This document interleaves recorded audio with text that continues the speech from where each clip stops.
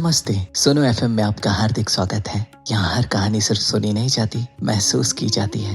आप सुन रहे हैं जब तक मैं तुम्हें ढूंढ ना लूं। तो पिछले चैप्टर में हमने देखा कि मैक्स और सारा का रिश्ता बचपन से कितना गहरा था। दोनों साथ बड़े हुए, साथ हंसे, साथ रोए, लेकिन अपने सपनों को पूरा करने के लिए उन्होंने अलग रास्ते चुन लिए। मैक्स स्विट्जरलैंड चला गया और सारा साउथ कोरिया। 3 साल बाद सारा तो लौट आई, लेकिन मैक्स वापस नहीं आया। आखिर मैक्स के ना लौटने की वजह क्या थी, और जब वो लौटा तो किस वजह से? आइए इन्हीं सवालों के जवाब ढूंढते हैं। शुरू करते हैं चैप्टर 3, 2 दिल एक कहानी। सारा को घर वापस आए कुछ हफ्ते बीत गए। डिग्री कंप्लीट हो चुकी थी, लेकिन करियर की असली शुरुआत अभी बाकी थी। हर दिन वो न्यूयॉर्क की अलग अलग फैशन कंपनीज में जॉब के लिए अप्लाई करती, कभी ऑनलाइन इंटरव्यूज देती तो कभी अपना पोर्टफोलियो और भी बेहतर बनाने में लगी रहती। धीरे धीरे उसका बेडरूम एक छोटे से फैशन स्टूडियो में बदल गया। डेस्क पर स्केचबुक्स का एक ढेर लगता रहा। दीवारों के पास फैब्रिक्स के रोल टिके होते, मेजरिंग टेप कभी कलर्ड पेंसिल में उलझ जाती और आधे बने स्केचेस कमरे के हर कोने में नजर आते। सारा पूरी मेहनत से काम कर रही थी। उसका सिर्फ एक ही सपना था, न्यूयॉर्क की किसी टॉप फैशन कंपनी में अपनी जगह बनाना। लेकिन चाहे वो खुद को कितना भी बिजी रखने की कोशिश करती, यादें हमेशा उस तक पहुंच ही जाती। कभी वो उस छोटे से कैफे चली जाती जहां वो और मैक्स घंटों बैठकर छोटी बड़ी बातें किया करते थे, लेकिन अगले ही पल उसे याद आ जाता कि आज वो वहां अकेली बैठी है। कभी वो शॉपिंग मॉल में चली जाती थी जहां दोनों हमेशा साथ मिलकर शॉपिंग किया करते थे, मूवीज देखते थे। कभी कभी वो बिना वजह मुस्कुराने लगती और अगले ही पल वो मुस्कान धीरे से गायब हो जाती, क्योंकि सच तो ये था मैक्स अब वहाँ नहीं था। कई बार सारा अपना फोन अनलॉक करती, उसकी कॉन्टेक्ट लिस्ट में मैक्स का नाम ढूंढती, उसकी उंगली कॉल के बटन तक पहुंच जाती। फिर वो खुद से कहती शायद वो बिजी होगा और फोन लॉक कर देती, कल कॉल करूंगी। लेकिन वो कल फिर एक और कल बन जाता और देखते ही देखते दिन हफ्ते बन गए। न सारा को इसका एहसास हुआ, ना ही मैक्स को, लेकिन कभी कभी बहुत लंबी खामोशी सबसे मजबूत रिश्ते को भी धीरे धीरे बदल देती है। न्यूयॉर्क से वापस आए 1 ही महीना हुआ था और अचानक सारा की जिंदगी जैसे रुक सी गई। शुरुआत सिर्फ एक हल्का सा बुखार था, सबको लगा 2-3 दिन में ठीक हो जाएगी, लेकिन सिर्फ 2 दिन के अंदर उसका टेम्परेचर 104 डिग्री फ़ारेनहाइट तक पहुंच गया। उसके पूरे शरीर में दर्द था, बॉडी में बिल्कुल ताकत नहीं बची थी, यहाँ तक कि आंखें खोलना भी उसके लिए बहुत मुश्किल हो गया था। डॉक्टर्स को उसकी तबीयत देखकर चिंता होने लगी। उन्होंने तुरंत कई टेस्ट करवाए। कुछ घंटों बाद रिपोर्ट्स आई, सारा को टाइफाइड था। उसे बिना देरी किए हॉस्पिटल में एडमिट कर लिया गया। डॉक्टर्स ने फैमिली को यकीन दिलाया कि वो ठीक हो जाएगी, लेकिन इन्फेक्शन ने उसके शरीर को काफी कमजोर कर दिया था, इसलिए डॉक्टर्स उसकी हर छोटी बड़ी कंडीशन पर नजर रखे हुए थे। स्टेसी और ल्यूकस एक पल के लिए भी अपनी बेटी को अकेला नहीं छोड़ते थे। रोज जिनी और जॉर्ज घर का बना सूप,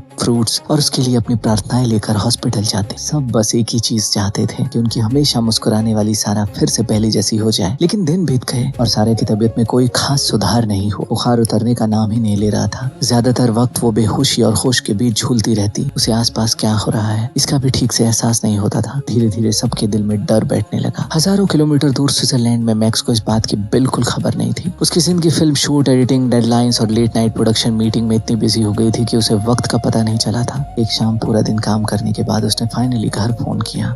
हे मॉम। हाय बेटा, आप, डैड, अंकल, आंटी सब कैसे हो? हम सब ठीक हैं, जिनी ने धीमी आवाज में कहा। मैक्स मुस्कुरा दिया। और सारा, उसे जॉब मिली क्या? फोन की दूसरी तरफ अचानक खामोशी छा गई। मैक्स की मुस्कान धीरे धीरे गायब हो गई। मॉम, जिनी ने धीरे से कहा। मैक्स, सारा हॉस्पिटल में है। जैसे उसका दिल एक पल के लिए धड़कना भूल गया। क्या? कुछ दिन पहले उसे टाइफाइड डायग्नोस हुआ है, मैक्स ने कहा। मैक्स ने फोन और जोर से पकड़ लिया। वो ठीक है ना? दूसरी तरफ फिर से खामोशी थी। डॉक्टर्स पूरी कोशिश कर रहे हैं, लेकिन वो बहुत वीक है। एक पल के लिए मैक्स के आसपास सब कुछ रुक सा गया। किस हॉस्पिटल में है? जेन ने हॉस्पिटल का नाम बताया। मैक्स ने सिर्फ इतना कहा, मैं आ रहा हूँ। मैक्स, स्विट्जरलैंड से न्यूयॉर्क की फ्लाइट लगभग 16 घंटे की है, लेकिन तब तक कॉल कट हो चुका था। कुछ ही मिनट्स में मैक्स ने जल्दी जल्दी कुछ कपड़े सूटकेस में डाले, पासपोर्ट उठाया, अपार्टमेंट लॉक किया और सीधा एयरपोर्ट के लिए निकल गया। रास्ते में ही उसने ऑफिस में इमरजेंसी लीव अप्लाई कर दी। अप्रूवल मिले या ना मिले उसे कोई फर्क नहीं पड़ता था। उसके लिए सिर्फ एक ही चीज जरूरी थी, सारा तक पहुंचना। लगभग 17 घंटे बाद फ्लाइट न्यूयॉर्क लैंड हुई। मैक्स घर नहीं गया, आराम भी नहीं किया। सूटकेस लेकर सीधा एयरपोर्ट से बाहर निकला और पहली टैक्सी रोक ली। प्लीज, जितनी जल्दी हो सके मुझे ईस्ट रिवर हॉस्पिटल ले चलिए। हॉस्पिटल पहुंचते ही मैक्स बिना एक पल गवाए दौड़ता कॉरिडोर से गुजरा। कुछ ही पलों बाद वो सारा के रूम के बाहर आकर रुक गया। दरवाजा खोलते वक्त उसके हाथ हल्का कांप रहे थे। अंदर सारा हॉस्पिटल बेड पर चुपचाप लेटी हुई थी। वही लड़की जिसकी हंसी उसके बचपन की हर याद का हिस्सा थी, आज बिल्कुल खामोश थी। उसका चेहरा पीला पड़ गया था, आंखों के नीचे डार्क सर्कल आ गए थे। रूम में सिर्फ हार्ट मॉनिटर की बीप सुनाई दे रही थी। मैक्स वहीं खड़ा रह गया।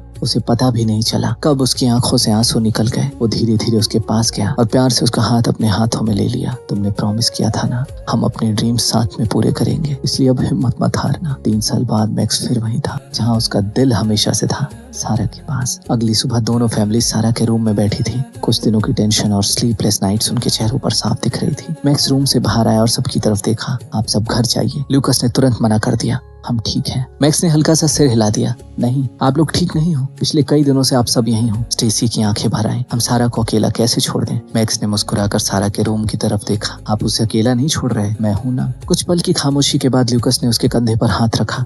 कुछ भी हो, हमें तुरंत फोन करना। I promise. आखिरकार दोनों फैमिलीज घर चली गईं। अब उन्हें पता था सारा अकेली नहीं है। उस दिन के बाद मैक्स मुश्किल से ही कभी उसके रूम से बाहर गया। जब सारा थोड़ा सा भी खा पाती तो खुद से खाना खिलाता, हर मेडिसिन टाइम पर देता, ब्लैंकेट ठीक करता और जब उसके बाल चेहरे पर आ जाते तो प्यार से हटा देता। कभी दोनों पूरी देर बिना कुछ बोले बैठे रहे और कभी मैक्स ही बातें करता रहता। एक दिन वो उसके पास बैठकर मुस्कुराया। पता है, स्विट्जरलैंड वैसे बहुत खूबसूरत है, जैसे तुम इमेजिन करती थी।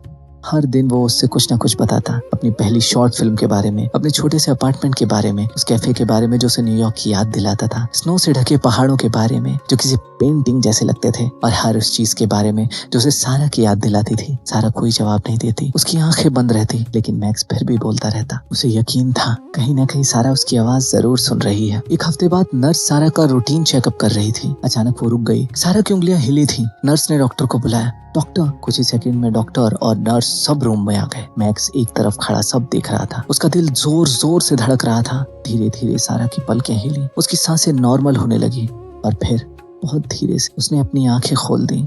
सब कुछ धुंधला था, सीलिंग, लाइट्स, हॉस्पिटल का रूम। फिर उसकी नजर बेड के पास खड़े एक इंसान पर जरूर रुक गई। मैक्स। उसकी आवाज बहुत हल्की थी। उसकी आंखों में आंसू आ गए। तुम कब आए? मैक्स की आंखें भी भर चुकी थीं। उसने उसका हाथ पकड़कर मुस्कुराते हुए कहा, मैं यहीं हूँ। मैक्स धीरे से बोला, मैंने कहा था ना, जब भी तुम्हें मेरी जरूरत होगी मैं हमेशा लौट आऊंगा। सारा की आंखों से आंसू बह निकले। मैंने तुम्हें बहुत मिस किया। मैक्स ने प्यार से उसके आंसू पोंछ दिए। मैंने भी।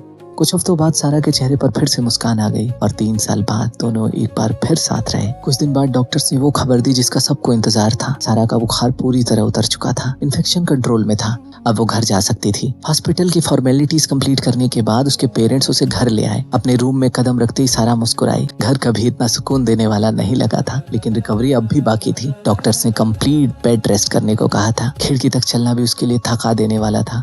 और इस पूरे रिकवरी फेज में एक इंसान हर वक्त उसके साथ था, मैक्स। हर सुबह वो उसकी मेडिसिन देता, हर दोपहर उसे प्यार से समझाकर खाना खिलाता, चाहे सारा कितनी भी जिद करे कि उसे भूख नहीं है। शाम को उसे गार्डन में छोटी सी वॉक पर ले जाता। जब सारा थक जाती तो उसका सहारा बन जाता। कुछ लोग अपना प्यार बड़े बड़े लफ्जों में जताते हैं और कुछ लोग बस अपनी केयर से। न सारा को अभी इसका एहसास था, न ही मैक्स को, लेकिन उन स्लीपलेस नाइट्स, उन धीमी बातों, उन हाथों के बीच जो कभी एक दूसरे का साथ नहीं छोड़ते थे, उनका दिल एक ऐसी कहानी लिखना शुरू कर चुका था जिसका अंदाजा उन दोनों को कभी नहीं था। शाम का वक्त था। डूबते हुए सूरज की सुनहरी रोशनी बेडरूम की खिड़की से अंदर आ रही थी। सारा बेड पर बैठी चुपचाप मैक्स को देख रही थी, जो बड़े ध्यान से उसकी मेडिसिन बेड के बगल वाले टेबल पर रख रहा था। कमरे में एक सुकून भरी खामोशी थी। सारा ने धीरे से पूछा, एक बात पूछूं? मैक्स ने उसकी तरफ देखा। तुमने मुझे बताया क्यों नहीं? मैक्स थोड़ा हैरान हुआ। क्या? अपनी जॉब के बारे में? तुम्हें स्विट्जरलैंड में तुम्हारी ड्रीम जॉब मिल गई। सारा ने नजर झुका ली। और मुझे उसके बारे में तुमसे नहीं, आंटी अंकल से पता चला। मैक्स ने गहरी सांस ली। काफी देर तक वो कुछ बोल ही नहीं पाया। मैं बताना चाहता था, उसने धीरे से कहा। फिर बताया क्यों नहीं? मैक्स कुछ पल चुप रहा। क्योंकि मुझे डर लग रहा था। सारा ने हैरानी से उसकी तरफ देखा। डर? किस बात का? मैक्स हल्की सी हंसी हंसा। सच कहूं, मुझे खुद नहीं पता ये कब हुआ। शायद स्कूल के लास्ट ईयर में, या फिर जब हम अलग अलग कंट्रीज में रहने लगे तब। मैं सच में नहीं जानता। उसकी नजर कहीं दूर जाकर रुक गई। बस इतना जानता हूँ, जब भी मेरी लाइफ में कुछ अच्छा होता है सबसे पहले तुम्हें बताने का मन करता है, और जब कुछ बुरा होता था तो सिर्फ तुमसे बात करने का। उसकी आवाज धीरे धीरे और नर्म हो गई। कितनी ही रातें ऐसी जब मुझे नींद ही नहीं आती थी, बस हमारी यादें याद आती रहती थी। स्कूल के बाद वाला कैफे, सेंट्रल पार्क की वॉक्स, तुम्हारी बैल्कनी से न्यूयॉर्क के फायर वॉक्स देखना। वो हल्का सा मुस्कुराया। कभी कभी तो किसी छोटी सी बात पर भी स्माइल आ जाती थी, सिर्फ इसलिए क्योंकि वो मुझे तुम्हारी याद दिला देती थी। सारा बिना कुछ बोले उसकी हर बात सुन रही थी। उसका दिल पहले से ज्यादा तेज धड़क रहा था। पहले मुझे लगा मैं बस अपनी बेस्ट फ्रेंड को मिस कर रहा हूँ। मैक्स ने पहली बार सीधा उसकी आंखों में देखा। लेकिन फिर मुझे समझ आया, मैं सिर्फ अपनी बेस्ट फ्रेंड को मिस नहीं कर रहा था। उसकी आवाज़ हल्की सी कांपी। मैं उस इंसान को मिस कर रहा था जो मेरी हर ऑर्डिनरी सी लाइफ को भी स्पेशल बना देती थी, जिसके बिना मेरी हर अचीवमेंट अधूरी लगती थी, हर फेलियर में जिसे सबसे पहले याद करता था, हर याद जिसके बिना अधूरी थी। उसने धीरे से मुस्कुरा कर कहा, मैं अपने फेवरेट पर्सन को मिस कर रहा था। सारा की आंखों से एक आंसू निकल आया। मैक्स ने अपनी नजरें झुका ली। तब मुझे समझ आया। उसने धीरे से कहा, मुझे तुमसे प्यार हो गया है। कमरा एकदम खामोश हो गया। मैं तुम्हें कितनी बार बताना चाहता था, हर बार फोन उठाता और फिर रुक जाता। सारा ने धीरे से पूछा, क्यों? मैक्स उसकी तरफ देखकर हल्का सा मुस्कुराया, क्योंकि मुझे डर था कि शायद तुम कभी मेरे बारे में ऐसा फील ही ना करो, और अगर ऐसा होता तो मैं सिर्फ उस लड़की को नहीं खोता जिसे मैं प्यार करता हूँ। उसकी आवाज़ टूट गई। मैं अपनी बेस्ट फ्रेंड को भी खो देता। उसने कुछ पल के लिए आंखें बंद कर ली। और तुम्हारे बिना जिंदगी मैं इमेजिन भी नहीं कर सकता। सारा बस उसे देखती रह गई। आज पहली बार वो मैक्स को सिर्फ अपने बचपन के बेस्ट फ्रेंड की नजर से नहीं देख रही थी। उसके सामने वो इंसान खड़ा था जो इतने सालों से चुपचाप उससे प्यार करता था। मैक्स फिर धीरे से बोला, मैं सबसे पहले तुम्हें ही अपनी जॉब के बारे में बताना चाहता था। कितनी बार फोन उठाया, हमारी चैट खोली, मैसेज टाइप किया और फिर डिलीट कर दिया। सारा चुप थी। मुझे लगा अगर मैं रोज तुमसे बात करता रहा तो कभी मूव ऑन नहीं कर पाऊंगा, इसलिए मैंने खुद को काम में डुबो दिया। दिन रात सिर्फ काम करता रहा। उसने हल्की सी सांस ली। जब स्विट्जरलैंड वाली जॉब ऑफर हुई, मैंने बिना सोचे एक्सेप्ट कर लिया। सारा ने पूछा, एक बार भी वापस आने का नहीं सोचा? मैक्स हल्का सा हंसा, सोचा था हर दिन। फिर आई क्यों नहीं? उसने सीधा सारा की आंखों में देखा, क्योंकि मुझे पता था जैसे ही मैं न्यूयॉर्क वापस आता सबसे पहले तुम्हारे पास भाग कर आता और एक बार फिर तुम्हें देख लेता तो फिर कभी तुमसे दूर नहीं जा पाता। उसकी आंखों से आंसू निकल आए। इसलिए मैं स्विट्जरलैंड में ही रुक गया। मैंने कॉल करना बंद कर दिया, मैसेजेस भेजना भी। इसलिए नहीं कि तुम्हें भूल गया था, उसने धीरे से सिर हिला दिया, बल्कि इसलिए क्योंकि मैं अपनी फीलिंग्स को भुलाना चाहता था। वो हल्के से मुस्कुराया, लेकिन जितनी भी सक्सेस मिली सब अधूरी लगती थी, क्योंकि तुम मेरे साथ नहीं थी। सारा की आंखों से आंसू रुक नहीं रहे थे। उसने धीरे से कहा, तो इसलिए तुम कभी वापस नहीं आए? मैक्स ने नजरें झुका दी। I am sorry.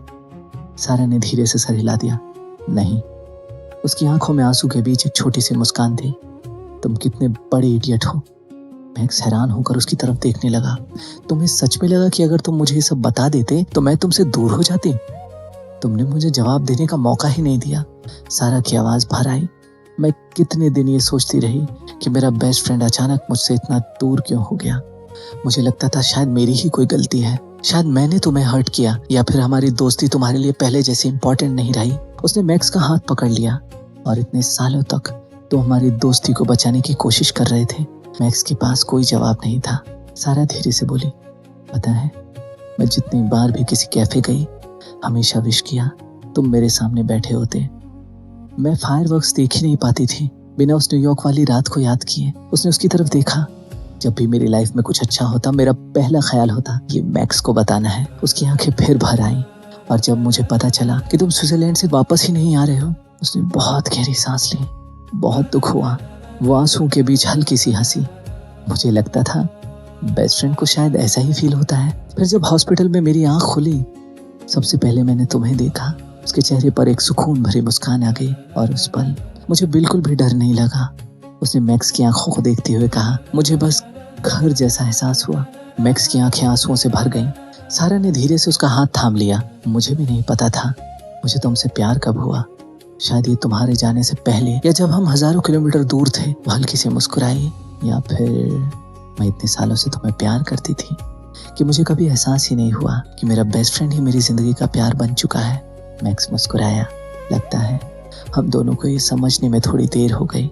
मैक्स धीरे से सारा के करीब आया। बहुत संभल कर उसने उसे अपनी बाहों में भर लिया। सारा ने अपने सिर उसके कंधे पर रख दिया। उसने आंखें बंद कर ली, जैसे वो आखिरकार उस जगह पहुंच गई हो जिसे वो इतने सालों से ढूंढ रही थी। आज पहली बार वो सिर्फ बचपन के बेस्ट फ्रेंड नहीं थे, सिर्फ दो लोग नहीं थे जो सपनों के बीच भाग रहे थे। आज वो वही थे जहां उनका दिल हमेशा से रहना चाहता था।